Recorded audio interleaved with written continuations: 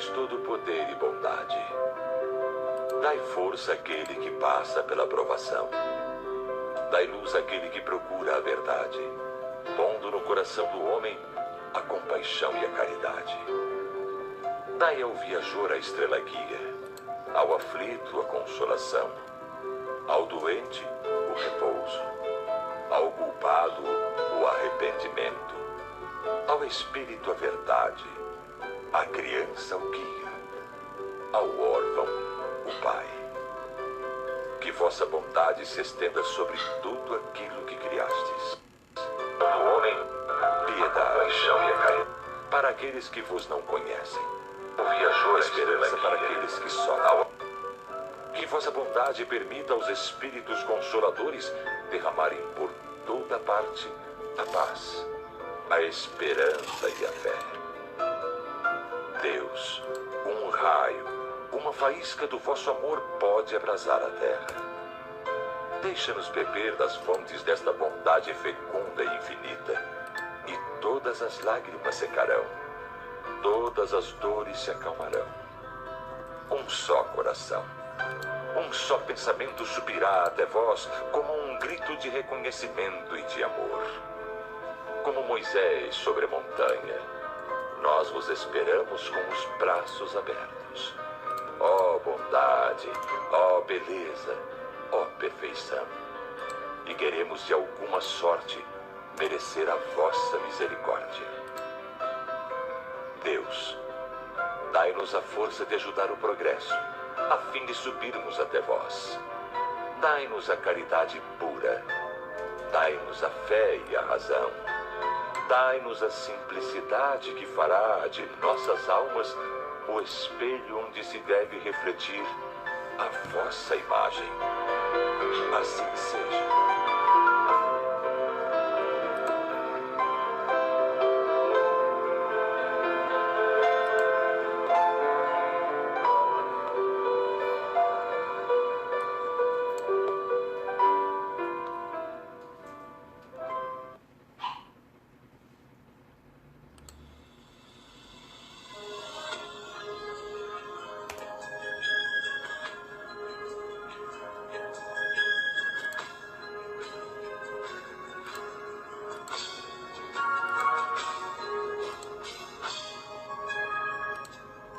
Olá, amigos, muito boa noite, sejam todos muito bem-vindos ao nosso Evangelho no Lar da noite de hoje.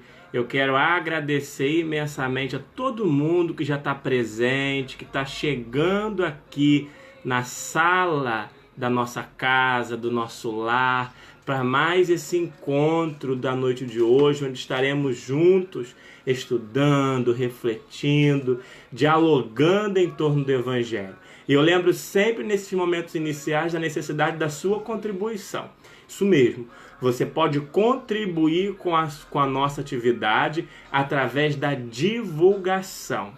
Nós lembramos sempre daquele grande recado de Emmanuel que a maior caridade que podemos oferecer à mensagem espírita é a sua divulgação. Nessa noite, então, eu te convido a ser caridoso com o Espiritismo, compartilhando a nossa transmissão.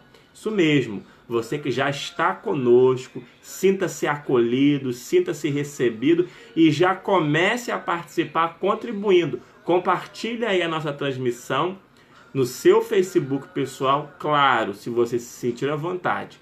E assim você estará contribuindo com a divulgação da mensagem espírita e, quiçá, consigamos atingir corações, amigos, queridos, que precisem da presença do Evangelho no Lar da noite de hoje. Eu quero agradecer todo mundo que já chegou, a Celinha, o César.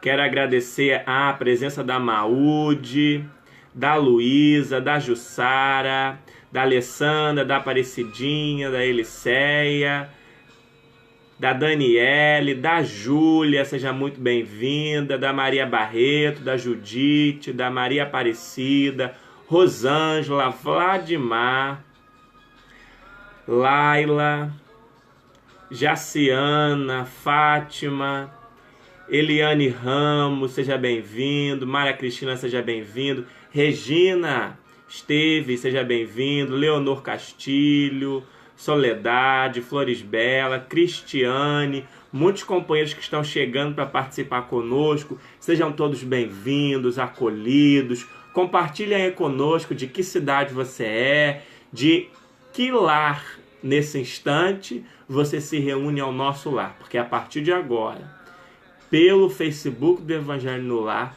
nós estamos nos reunindo numa só família, numa só proposta. Já vi gente chegando de Aperibé, sejam bem-vindos, pessoas de Nilópolis, Tilda, seja bem-vinda, Alessandra Lima, Edna, Débora, Douglas, que está assistindo junto com a Lorena, sejam bem-vindos, Deus abençoe o seu lar. Alberto, seja bem-vindo, está chegando aí a Jesodite, sejam todos muito bem-vindos, queridos amigos.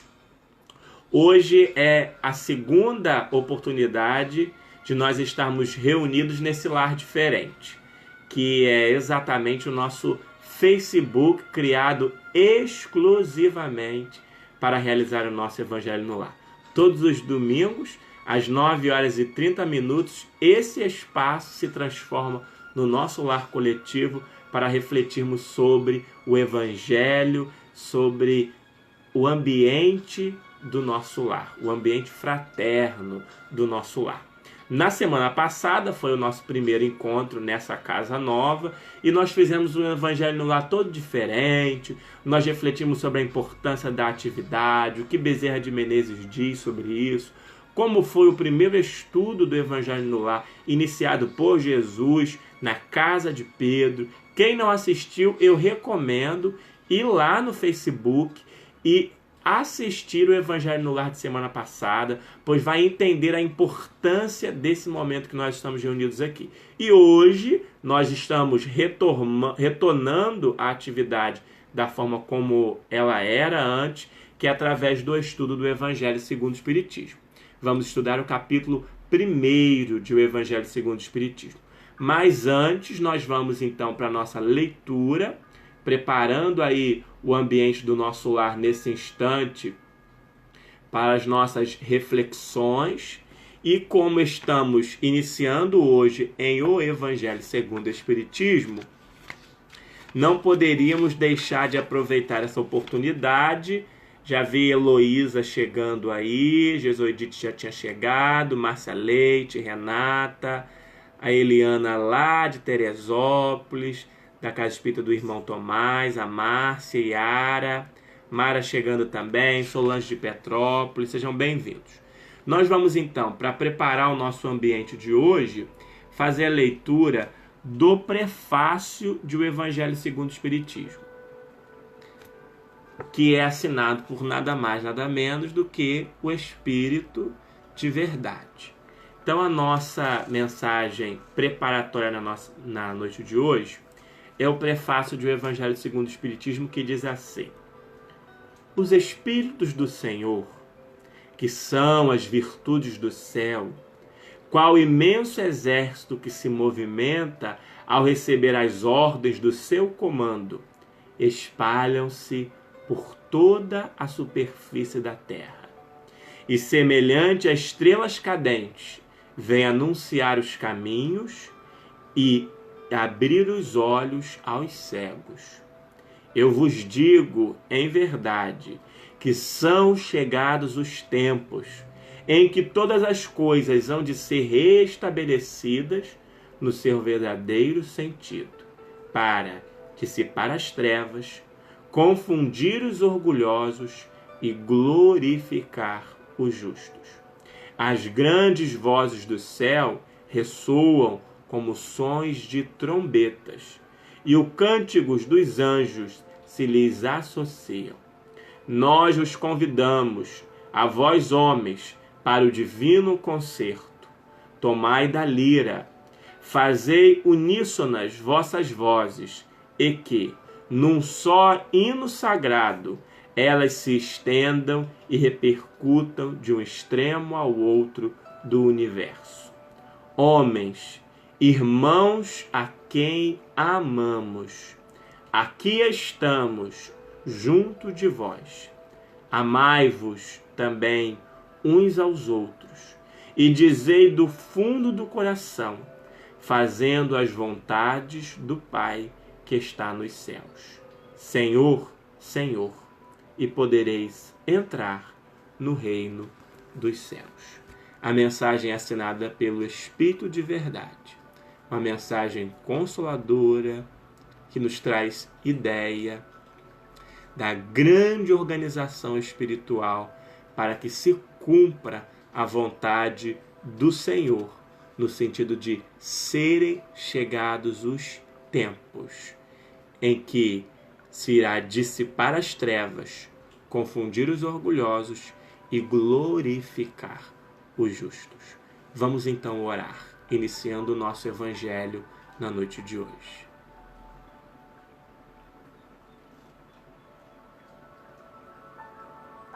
Amigo Jesus, mestre querido, amigos espirituais, há, Senhor, nesse instante, um som melodioso de uma chuva que cai lá fora, fertilizando o solo e mudando a atmosfera psíquica do nosso planeta. E nós aqui estamos, Senhor, reunindo nesse instante. Alguns irmãos já estão conosco, alguns outros estão a caminho, mas a nossa família, Senhor, já está reunida. Vamos hoje estudar o seu evangelho em nosso lar. E não poderíamos, mestre, neste início de atividade, deixar de convidar a Ti para estar conosco. Vem, Jesus. Vem partilhar conosco nessa noite bendita.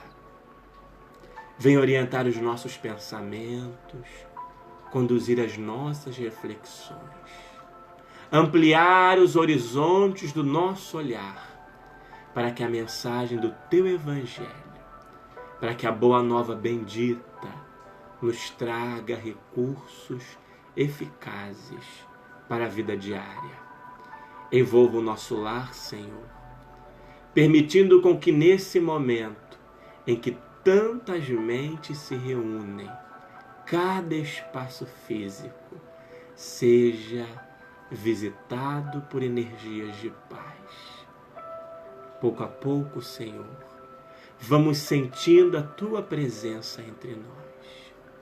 E a Tua presença nos traz calma, nos traz harmonia e balsamiza o ambiente do nosso lar. Se conosco, Senhor, nos acompanhe e nos permita permanecer em paz. Que assim seja.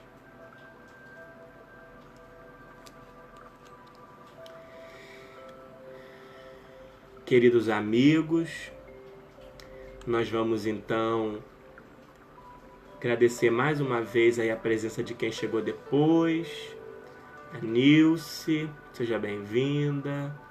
Márcia Leite de Nilópolis, Anaílza, Henrique Miranda, Kátia Chaves, Aleuda Neto, Margarete, Valteia.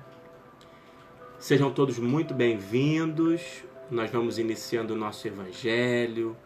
E eu sempre lembro da possibilidade de você contribuir compartilhando a transmissão. Assim nós conseguiremos chegar a atingir outros corações e outros companheiros na noite de hoje. Hoje nós estamos retornando o estudo contínuo de O Evangelho segundo o Espiritismo.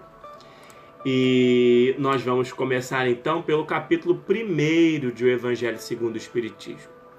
Mas antes é preciso que a gente proponha uma pequena reflexão sobre o Evangelho. Logo na introdução, o codificador, explicando o objetivo dessa obra, vai dizer que o Evangelho de Jesus, a Boa Nova, ou os 4 evangelhos, os 4 discípulos que escreveram o Evangelho, ele pode ser estudado, refletido, buscado, e está dividido em 5 partes, cada um com um objetivo específico. Diz o codificador que uma parte registra os atos comuns da vida do Cristo. A outra parte registra os milagres produzidos por Jesus. A outra parte, as predições, ou seja, as profecias, a visão de futuro do Cristo. Uma outra parte tem as palavras que foram tomadas pela igreja tradicional para fundamento de seus dogmas. E uma outra parte que contém o ensino moral de Jesus. Kardec vai dizer, na introdução da obra, que as 4 primeiras partes são objeto de muitas controvérsias. Cada religião interpreta a sua maneira, utiliza da forma que lhe convém, e acabam que essas partes são objeto de muitas discussões, controvérsias no mundo religioso. Entretanto, a última parte, que contém o ensino moral de Jesus, é uma parte em que todas as religiões comungam do mesmo pensamento. Não há objeção, não há dúvida, não há conflito entre elas. Kardec, então, escolheu esta última parte para escrever ou ter por base na construção de O Evangelho segundo o Espiritismo. O Evangelho segundo o Espiritismo não é um outro evangelho, não é isso. O Evangelho segundo o Espiritismo é o Evangelho do Cristo com as interpretações segundo o olhar espírita, sob a ótica espírita. Mas é o mesmo Evangelho contido lá no Novo Testamento. E ele é sempre composto assim. Kardec escolhe um texto evangélico que vai dar ensejo à discussão daquele capítulo. Na sequência, ele tece alguns comentários pessoais acerca daquela passagem e logo após ele seleciona uma série de textos escritos pelos Espíritos. E assim é construído, via de regra, o Evangelho segundo o Espiritismo, porque há algumas exceções. Tá bom? Então hoje nós vamos começar pelo capítulo 1. Eu quero agradecer a presença da Luzia, da Carmen, da Rosiane, do Gonzaga, lá de Itaperuna. Seja bem-vindo, meu amigo, saudade. Da Sônia, lá de Magé, seja bem-vinda também, sinta-se acolhida. Nós vamos estudar, então, o capítulo 1 de O Evangelho segundo o Espiritismo, cujo título é Não Vim Destruir a Lei. Todo o diálogo que o codificador propõe neste capítulo, que tem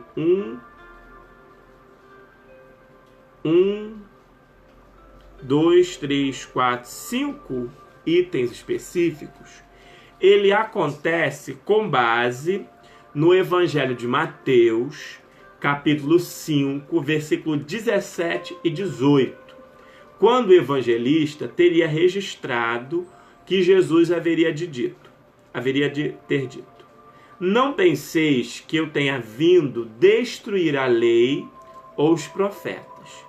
Não os vim destruir, mas cumpri-los.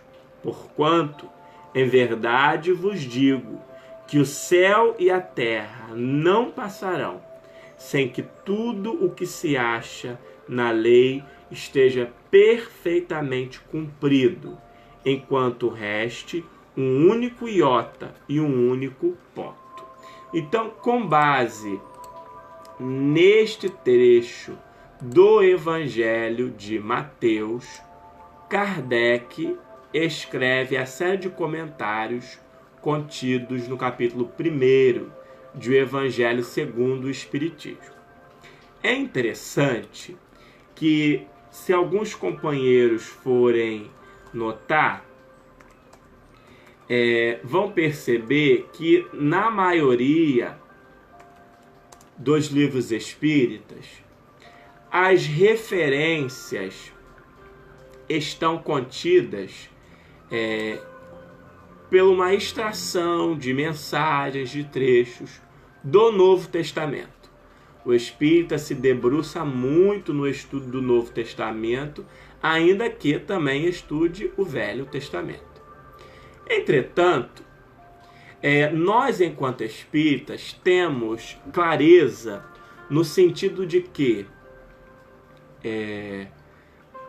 o Velho Testamento, ele não é apenas um registro de um histórico religioso.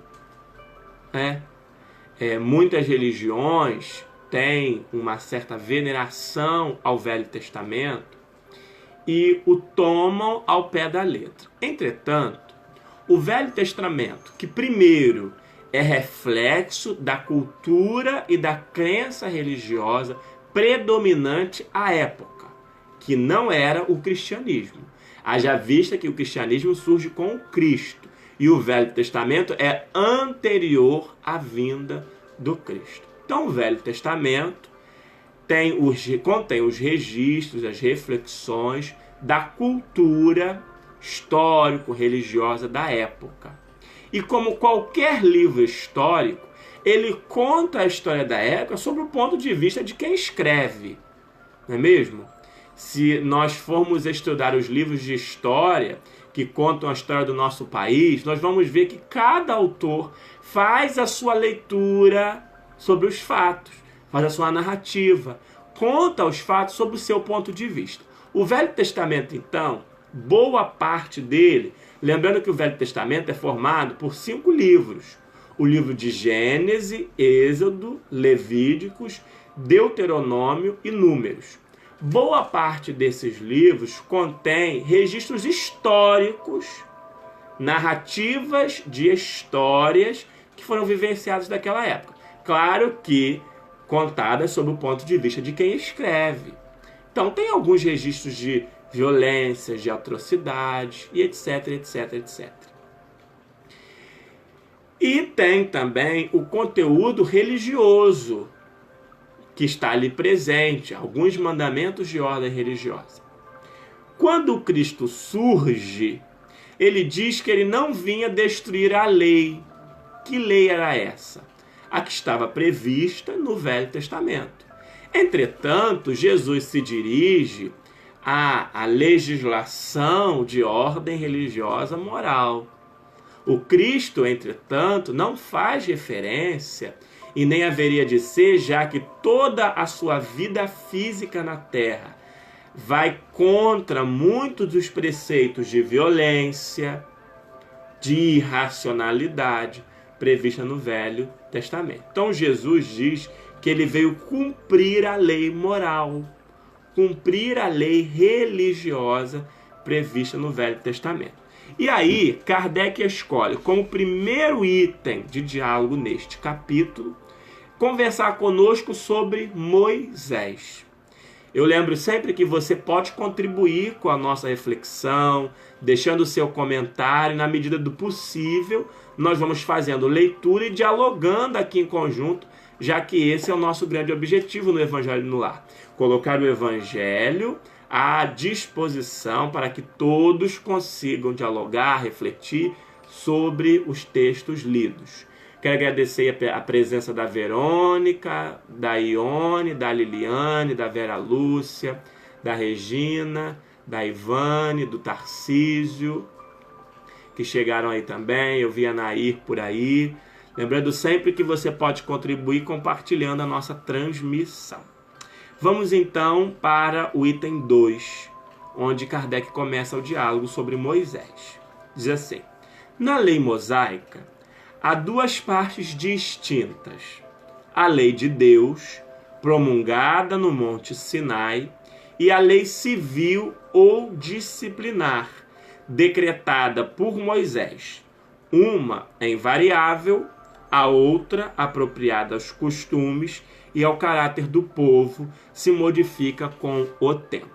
Olha, Kardec já começa de forma muito interessante e complementando a minha fala inicial. Ele diz que, além de o registro do Velho Testamento conter lá registros históricos, conter lá a lei de Deus, um código moral de conduta, que ele dá, por exemplo, como exemplo, os 10 mandamentos, há também uma lei civil. Na nossa sociedade hoje nós temos uma série de códigos de legislação. Tem a legislação civil, a legislação penal, a legislação trabalhista, não é mesmo? Tem a legislação militar, tem até inclusive a legislação canônica.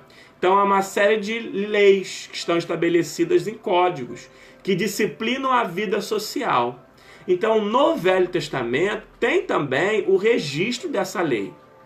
Então a gente tem que tomar muito cuidado, porque uma lei que era apropriada naquela época pode não ser hoje. Assim como nós fazemos a leitura da legislação que vigia no nosso país há 25 anos atrás, antes da Constituição, há 30 anos atrás, antes da Constituição de 88, e fazemos a leitura de algumas coisas e achamos absurdas, porque eram reflexo da legislação civil daquela época. Ah, o Igor tá me mandando, deixa eu ver aqui, um beijo. Ah, beijo, Igor. Um abraço, Ciro. Tio Bruno tá com saudade. Então a gente precisa tomar muito cuidado, porque às vezes a gente faz a leitura do Velho Testamento e nós não estamos lendo ali apenas um código moral, um código de conduta divina cristã. Nós estamos lendo ali também um conjunto de leis civis que regiam e disciplinavam a vida social da época. E nós temos que tomar cuidado com isso, para não misturar alhos com bugalhos, não é?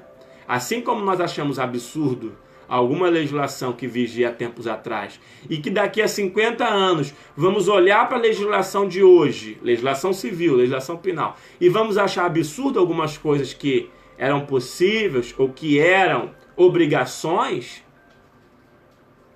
né? Assim como nós vamos achar, nós temos que tomar cuidado com aquilo que lemos no Velho Testamento, que eram apropriados para a vida em sociedade naquela época. Entretanto, não é hoje. Assim como o que é hoje não será suficiente para o futuro. Por quê? Porque a lei civil, ela é apropriada à época, então ela muda de acordo com o progresso do homem. Entretanto, a lei divina, ela é imutável. E ela é apropriada para todos os tempos, né? A Luzia diz assim: as leis civis daquela época eram apropriadas para a época. Exatamente isso, Luzia. Então vamos ler aqui mais um trecho. Quero que você me acompanhe, se você se sentir à vontade. Capítulo 1 de O Evangelho segundo o Espiritismo. Já estamos no item 2, que estuda Moisés. Vamos para a leitura do segundo parágrafo. Compartilhe a transmissão aí se você se sentir à vontade de contribuir com a divulgação da nossa atividade. A lei de Deus está formulada nos 10 mandamentos seguintes. E agora Kardec vai elencar os 10 mandamentos recebidos por Moisés no Monte Sinai. Nós espíritas costumamos dizer que é o primeiro grande registro de psicografia, né, nos textos sagrados. Então, Kardec vai elencar aqui os 10 mandamentos. Primeiro: eu sou o Senhor vosso Deus, que vos tirei do Egito, da casa da servidão. Não tereis diante de mim outros deuses estrangeiros. Não fareis imagem esculpida, nem figura alguma do que está acima do céu, nem abaixo da terra, nem do que quer que esteja nas águas sob a terra. Não os adorareis, e não lhes presteis culto soberano. O primeiro mandamento, como não poderia deixar de ser, trata da nossa relação com Deus. É interessante que quando Kardec elenca 10 leis morais previstas na parte 3ª de O Livro dos Espíritos, a primeira delas é a lei de adoração, fazendo uma referência ao primeiro mandamento que foi recebido por Moisés, tratando da nossa relação com Deus. E aí, essa relação com Deus, Moisés já começa a preparar o caminho que haveria de ser pavimentado para que, com a vinda do Cristo, Deus fosse visto com o Pai. Ele começa a preparar o caminho no sentido de que o homem deixasse de venerar Deus, né, de adorar de forma exterior a Deus, e buscasse a relação com Deus, uma relação mais íntima, entretanto, sem deixar de refletir sobre a sua condição soberana. Mas uma relação que se despreocupava com relações ou com rituais exteriores. Esse é o primeiro mandamento. Vamos ao segundo. Não pronunciareis em vão o nome do Senhor vosso Deus. O segundo mandamento também trata da relação com Deus, buscando que a gente entendesse. E aí, não pronunciar em vão. Eu, quando faço a leitura disso hoje, lembro muito do nosso diálogo com o Senhor em oração. Às vezes a gente busca o Pai em oração para pedir coisas fúteis. Eu acho que era disso que Moisés falava à época. Nessa relação, nesse diálogo com o Senhor, nós precisamos entender que é um diálogo que não deixa de ser sagrado. E que nós não devemos ocupar o Criador, o Pai Supremo, com as nossas vontades, né, as nossas futilidades. Depois vem, lembrai-vos de santificar o dia de sábado. Como se Moisés já estivesse desde aquela época meio que antecedendo a necessidade. Aqui é uma leitura toda ousada minha, né? De nós estarmos reservando um dia específico da semana, qual nós fazemos com o Evangelho no Lar, para as nossas reflexões, para o nosso mergulho nas Escrituras. Já que nós estudamos matemática, português, geografia, na escola a gente tem aquela grade com um dia específico para estudar cada matéria, na faculdade também. E qual é o dia que nós estudamos sobre a Boa Nova? Qual é o dia que nós refletimos de forma pessoal, íntima? Então, já na época, Moisés, sob a inspiração de Deus, estava prevendo isso. Depois vem, honrai vosso pai e vossa mãe, a fim de viverdes longo tempo na terra que o Senhor vosso Deus vos dará. E aí entra, depois que ele sai, olha, vejam que interessante, depois que ele sai da relação com Deus, ele entra na relação com o próximo. E começa essa relação com o próximo através das relações familiares. E aí, enquanto espíritas, nós sabemos que a célula da família é a primeira e é a mais importante, né? No Livro dos Espíritos há uma pergunta muito tradicional em que os espíritos, refletindo sobre o que seria da sociedade se nós estivéssemos afrouxando as relações da vida familiar, e os espíritos respondem, haveria a recrudescência do egoísmo. Então, nesse momento, Deus já estava inspirando Moisés, os espíritos que conduziram naquele instante o processo mediúnico, estavam inspirando Moisés para que inserissem já nos 10 mandamentos uma proposta de reflexão em torno da necessidade e da importância da família. Depois vem os mandamentos de ordem mais direta. Não mateis, algo que era até muito comum. Não cometais adultério. Não roubeis. Não presteis falso testemunho contra o vosso próximo. Todas as obrigações para a vida em sociedade agora. Parte de Deus, vai para a relação com a família e depois para a relação social. Não desejeis a mulher do vosso próximo. Depois vem o último, o 10º mandamento, que diz: não cobiceis a casa do vosso próximo, nem o seu servo, nem a sua serva, nem o seu boi, nem o seu asno, nem qualquer das coisas que lhes pertença. Olha que interessante, né? Todos esses mandamentos, Moisés, os espíritos que conduziram esse processo, vão trabalhando conosco algumas virtudes que nós precisamos desenvolver, né? O valor à vida, quando fala não mateis, né? E hoje a gente precisa trazer isso para a nossa vida em sociedade. Nós estamos numa sociedade que muitas vezes discute a questão da legalização do aborto como algo que traria empoderamento à mulher, quando na verdade nós estamos decidindo sobre a vida de um outro ser, e a gente, quando defende isso, é porque não sabe efetivamente o valor da vida.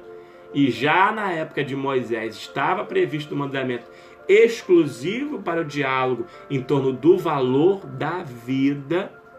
O espírita, sim, nós temos muitos argumentos para defender a vida dentro da questão legal, da questão constitucional no nosso país, da questão social. Nós temos muitos argumentos. E às vezes nós vamos para a discussão em sociedade apenas com argumentos religiosos e contaminamos a discussão. As pessoas dizem, vocês estão sendo fundamentalistas, etc, etc, etc. Às vezes eu até concordo. Agora, nesse ambiente aqui do Evangelho do Lar, nós estamos estudando o Evangelho e nós vamos sim defender a vida com base em conceitos cristãos, em conceitos espíritas. O espírita, consciente do valor da vida, se posiciona a favor da vida em qualquer situação. E aí depois vem, não cometeis adultério, não roubeis, são atos mais cotidianos da nossa vida diária, não desejeis a mulher do vosso próximo, e depois vem, não cobiceis a casa do vosso próximo, né? E aí vem os sentimentos de todos eles envolvidos, né? Vaidade, orgulho, egoísmo, né? Esse desejo de ter o que é do outro, coisas que estão muito presentes ainda na nossa vida em sociedade.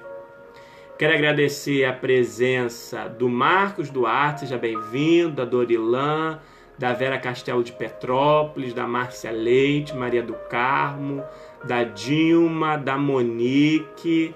Vocês cumprimentam, dão boa noite, mas esquecem de dizer de onde vocês estão falando. Isso é importante para a gente saber até onde nós estamos chegando. Agora vamos para o último parágrafo e eu gostaria que você me acompanhasse aí na leitura e na reflexão. Vamos ver o que Kardec diz após aí expressar o texto específico do Evangelho do Velho Testamento. É de todos os tempos e de todos os países essa lei, e tem por isso mesmo caráter divino. Então ele já começa dizendo, esses 10 mandamentos são mandamentos que vão valer para todo o tempo, para todos os países. Todas as outras são leis que Moisés decretou. Ou seja, as outras leis previstas no Velho Testamento são leis unilaterais, que surgiram da vontade de Moisés de disciplinar a relação do povo. Obrigado que se via a conter, pelo temor, um povo de seu natural, turbulento e indisciplinado, no qual tinha ele de combater arraigados abusos e preconceitos, adquiridos durante a escravidão no Egito. Para imprimir autoridade às suas leis, houve de lhes atribuir origem divina, conforme o fizeram todos os legisladores dos povos primitivos. A autoridade do homem precisava apoiar-se na autoridade de Deus, mas só a ideia de um Deus terrível podia impressionar criaturas ignorantes, nas quais ainda pouco desenvolvidos se encontravam o nosso senso moral e o sentimento de uma justiça reta. É evidente que aquele que incluía entre os mandamentos este, não matareis, não causareis dano ao vosso próximo, não poderia contradizer-se, fazendo da exterminação um dever. As leis mosaicas, propriamente dita, revestiam-se, pois, de um caráter essencialmente transitório.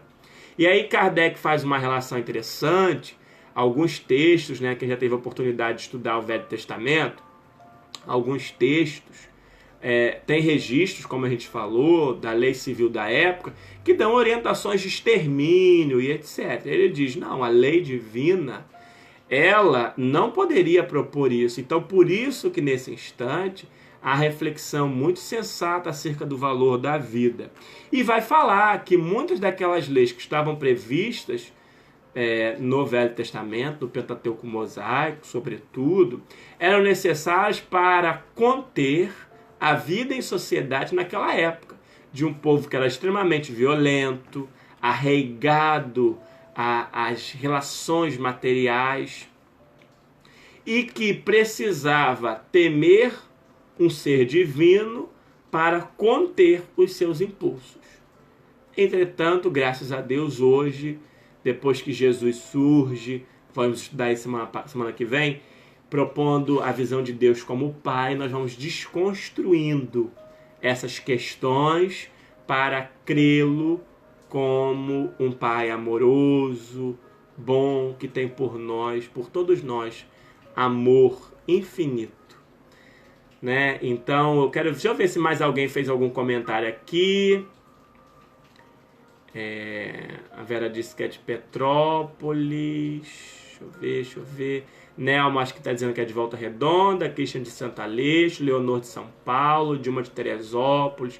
Monique Nilópolis. Renata de São Paulo. Maria do Carmo São João de Meriti. Flores Bela de Rio das Ostras. Valteia de Magé. Gente de Rio das Ostras, Santa Aleixo, Dorilândia de Magé. Enfim, muitos companheiros participando conosco aí nessa noite. Bem, nós vamos encerrando nossa discussão do Evangelho por aqui. Semana que vem nós vamos para o mesmo capítulo, mas o item 3, em que vamos estudar sobre o Cristo.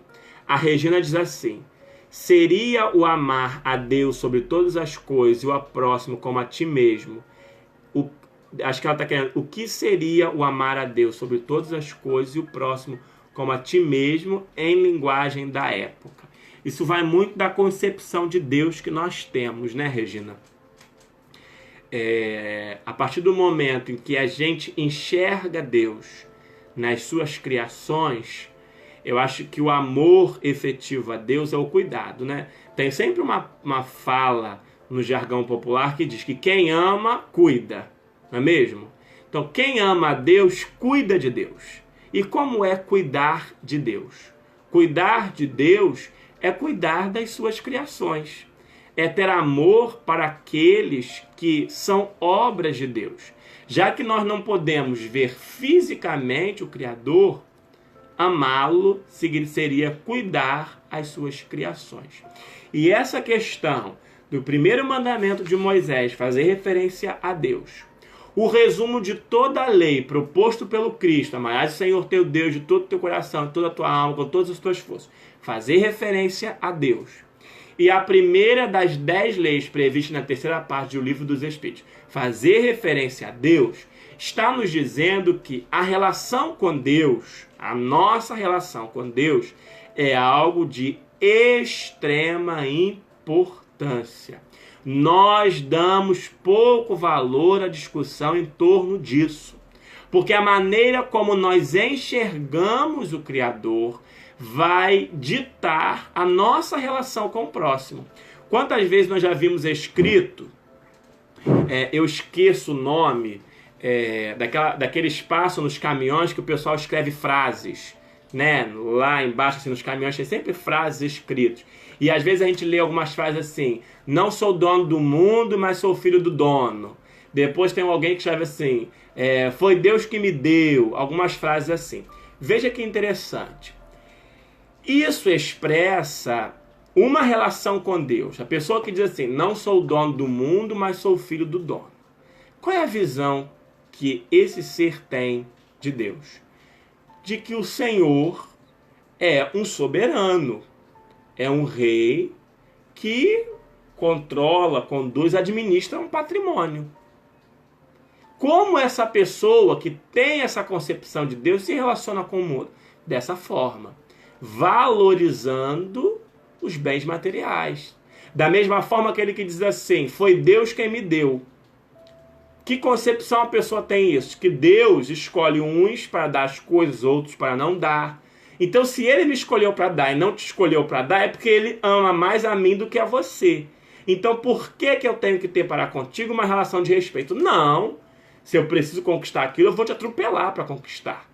Então veja, a maneira como nós entendemos Deus, nós expressamos na nossa relação com o próximo. Então é preciso ver Deus como um pai. Veja o esforço dos espíritos já na época de Moisés para afastar o culto externo ao Senhor. Quando diz que não era para a gente cultuar a imagem, etc. Era na forma deles, na época, para a compreensão da época, dizendo: Deus não precisa ser adorado por rituais.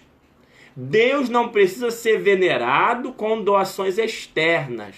Deus precisa ser compreendido e amado, vivenciado no nosso mundo de relação interior. Acho que essa é a proposta. Deixa eu ver se mais alguém disse alguma coisa aqui. Agora o povo começou a falar. A Alexandra diz: é extremamente importante desconstruir essa ideia de um Deus que castiga. Verdade. Carmen está dizendo que é de Guadalupe. O Tarcido diz: nos equivocamos quando trazemos para o dia de hoje esse Deus terrível, não vendo o infinito amor e misericórdia que de fato ele representa. Muito bem, Vinícius, é isso mesmo. Obrigado pela contribuição. A Monique Reis diz: primordial e urgente. Não cabe mais essa crença nos dias atuais. Depois a Alessandra diz: a começar por nós mesmos, cuidar, amar a nós mesmos e assim ao nosso próximo. Exatamente, porque quem não ama a si não tem um parâmetro para exercício do amor ao outro. A Simone Azevedo, seja bem-vinda, diz: que Deus o abençoe, amigo. Primeira das leis morais é a lei de adoração. Exatamente, ela fez uma recordação importante. Marcos diz: meu amigo, eu acredito que quando ele fala em não cometer adultério, abrange o adultério em sentido mais amplo ou não? Claro, claro. Ele está falando de forma específica, né, para a compreensão daquela época, mas em sentido amplo. Inclusive, quando algumas crenças religiosas adulteram o sentido dos registros evangélicos para fundamentar a sua interpretação pessoal. Solange está chegando, diz boa noite. Olha, gostei muito da contribuição que vocês trouxeram, ainda que no finalzinho do nosso evangelho. Se esforcem para que vocês tragam essas contribuições logo no começo, para que a gente possa dialogar mais, viu? Nós vamos então para o nosso instante final do nosso Evangelho no Lar, na noite de hoje. E a gente sempre coloca uma canção antes da música final, né? A gente sempre faz isso porque é o tempo que os companheiros vão ter para se preparar para essa prece de encerramento, né? Para correr lá, preparar um copo com água, para que a gente possa estar fluidificando a água, né, por meio da oração nesse instante. Os Espíritos dizem isso, né? A presença deles no instante do Evangelho tem a possibilidade, por meio do exercício da força do nosso pensamento, da vontade, do nosso desejo, tem a possibilidade de fluidificar, magnetizar a água, que é esse mineral que mais facilidade tem de mudar as suas propriedades. Então a gente sempre coloca uma canção para te dar tempo de ir lá, pegar um copo com água rápido e retornar aqui para a nossa oração final. Nós estamos vivendo, né, dias bem turbulentos nos tempos atuais, não é mesmo? Sobretudo no nosso país. Nós temos sido convidados a vivenciar algumas situações que às vezes nos angustiam, nos trazem incertezas, nos trazem dúvidas quanto à proposta estabelecida para o Brasil. E eu queria usar, já que nosso estudo foi hoje voltado para outro tema, eu queria usar esse instante de prece, de música final, para que nós estivéssemos orando e vibrando pelo nosso país. E aí eu reservei a música que está no álbum Estrela Reluzente,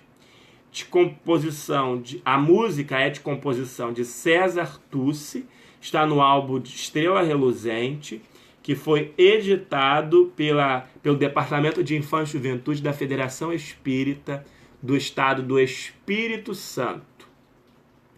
E o título é Do Brasil para o Mundo Inteiro. Então, no instante da música, eu quero te convidar nesse momento a estarmos vibrando pelo nosso país. E eu gostaria que você escrevesse aí no espaço do bate-papo o que você deseja para o Brasil na noite de hoje. O que você quer extravasar em emoção, em sentimento para o nosso país. Vamos nos apartar das diferenças ideológicas. Não estamos falando disso. Não temos nenhum vínculo nesse momento com qualquer viés ideológico, político. O nosso desejo é estarmos exteriorizando a nossa vontade para o nosso país. Então pensa nisso e compartilha nesse instante de sensibilização através da música do Brasil para o mundo inteiro.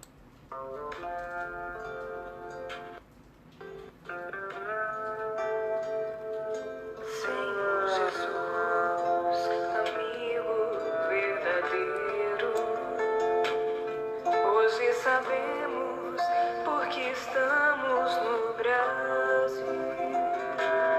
Tu nos trouxeste para a terra do cruzeiro e por amor, o teu amor nos reuniu. Por tantas vezes renasci no velho mundo e em muitas delas orgulho me pese. Criei sistemas, guerras, lemas de egoísmo e desse jeito me afastei tanto de ti. Agora estou criança em solo brasileiro. No Evangelho eu encontro a direção. Quero vibrar amor e paz pro mundo inteiro, a começar pelo meu próprio coração. Reconstruir meus sentimentos, lutar por dentro pra que eu possa melhorar, iluminar meus pensamentos, pelo trabalho pra que eu possa despertar, reconstruir meus sentimentos, lutar por dentro pra que eu possa melhorar, iluminar meus pensamentos,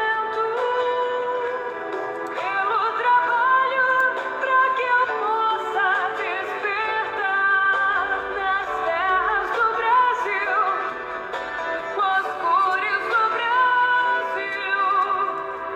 Todas as cores cabem no nosso Brasil.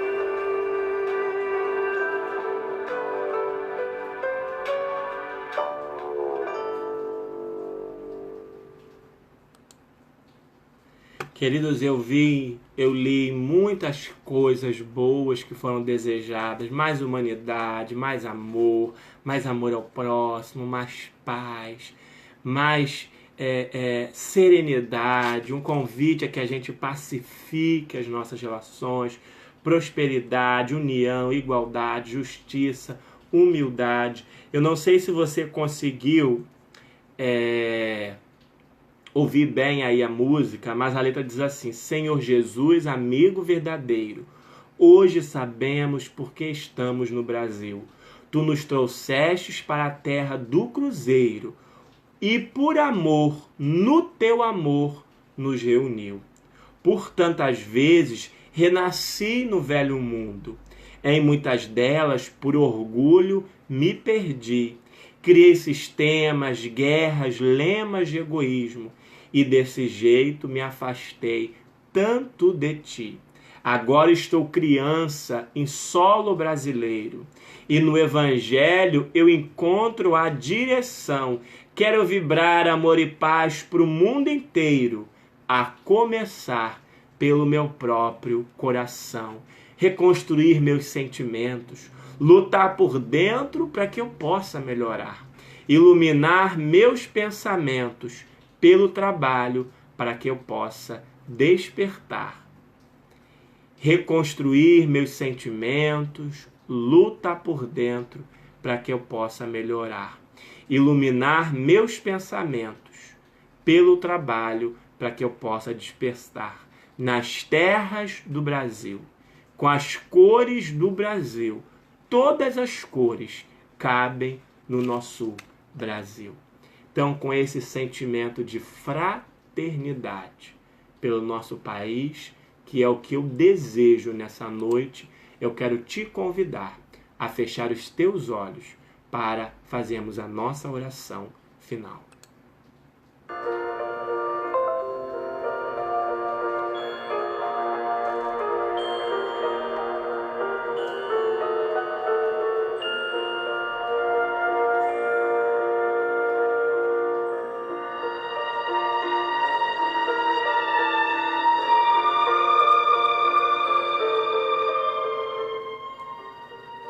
Amigo Jesus, Mestre amado, Senhor bendito das nossas vidas, aqui estamos, Mestre, ao final da nossa atividade de Evangelho no Lar, depois de estudarmos sobre o cumprimento da Sua lei, Senhor, estudando aquilo que te antecedeu a chegada neste orbe terrestre.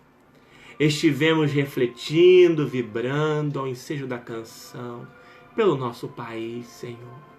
Ah, Jesus, nesta última semana, nossos corações foram sensibilizados, Senhor, por cenas que ainda precisamos testemunhar e que, de fato, Senhor, sensibilizam a nossa alma. Nós aqui estamos, Mestre, nesse instante de oração, deixando de lado os nossos pedidos fúteis, individualistas, para te pedir pelas terras benditas de Santa Cruz, as terras do Cruzeiro, Jesus. Porque sabemos que ainda há o teu desejo de que esse país se torne coração do mundo, pátria do Evangelho. Nós cremos, Senhor, no destino espiritual do Brasil e queremos nessa noite de oração, de reflexão, te pedir, Jesus, acolha todo o coração de irmãos brasileiros que sofrem neste momento, Senhor. A busca, Jesus, desenfreada pelo poder, pela aquisição material, pela soberania, tem feito, Senhor, provocarmos verdadeiros desastres em nosso país. Ah, Jesus, mas nós estamos aqui, Senhor, unidos em prece, para te pedir, Mestre, de alguma forma sensibiliza o coração das nossas lideranças. Desperta nesses espíritos que se comprometeram com o destino das multidões para a necessidade da compreensão, Senhor, de onde estiverem, contribuírem para a fraternidade, para a pacificação, Jesus, das relações. Envolva, Mestre querido, cada irmão em sofrimento, cada irmão brasileiro, Senhor, que nesse momento sofre a dor da perda de um ente querido, pelos desastres, as calamidades que aconteceram há poucos dias. Assim também pedimos pelos espíritos, Senhor, que retornaram ao mundo espiritual vitimado por essas situações. Mas nos permita, Senhor, pedir também, Mestre, pelos pais, Jesus, desesperados nesse instante, sem um emprego, Senhor, sem condições dignas, Mestre, de dar o sustento para os seus filhos. Ah, Senhor, imaginamos qual não seja a dor de um pai que não consegue, com a sua força física, sustentar as necessidades do seu lar, Jesus, e ter que necessitar da contribuição de corações. Ah, Jesus, pedimos por essas almas que sentem fome, mas também pedimos, Jesus, por aquelas outras, por aquelas crianças, Jesus, abandonadas ao relento da afetividade familiar, ao relento do olhar do Estado, ao relento, Senhor, das oportunidades de educação, de cultura, de lazer, de crescimento espiritual, moral, intelectual. Te pedimos, Jesus, pelos nossos irmãos encarcerados, aqueles, Senhor, que foram vítimas de si mesmo, daquele homem velho que nasceu numa hora infeliz e acabou lhe levando para vivenciar a experiência do cárcere. Pedimos por eles, Senhor. Pedimos pelos irmãos nos hospitais, Senhor. Todos eles. Mas, sobretudo, Senhor, aqueles que estão nos hospitais públicos, Mestre, vivenciando a dor física, talvez sem o socorro necessário. Mas nós queremos também te pedir, Jesus, pelos médicos, pelos enfermeiros, pelos professores, pelos policiais, pelos juízes, por todos, Senhor, que receberam as profissões da terra como maneira de dignificar a sua vida nesta encarnação. Envolva todas essas almas, Jesus, e permita que esta nação, nesta noite, pelo concurso da união dos nossos pensamentos, seja envolvida, Jesus, por uma energia de paz, de fraternidade. Senhor, que a semana que se inicia seja de bênçãos espirituais para o Brasil, a fim de que o nosso coração consiga se recuperar das cenas tristes, Jesus, que tivemos que assistir. É o que nós pedimos, Senhor, de forma sincera, verdadeira, humilde, Jesus. Muito embora nós reconheçamos todas as belezas que essa nação possui, a facilidade do convívio harmônico entre as religiões, a natureza exuberante, a caridade que ressoa de canto a canto no momento das grandes necessidades. São tantas as belezas desse país, Senhor, mas que nós queremos ver fortificadas. Por isso oramos a Ti e pedimos ao Teu coração generoso que abençoe as terras do Brasil. Porque o nosso país, Senhor, é coração bendito que acolhe a todos, indistintamente. Seja conosco, Jesus, e abençoe o nosso lar, hoje, agora e sempre. Graças a Deus.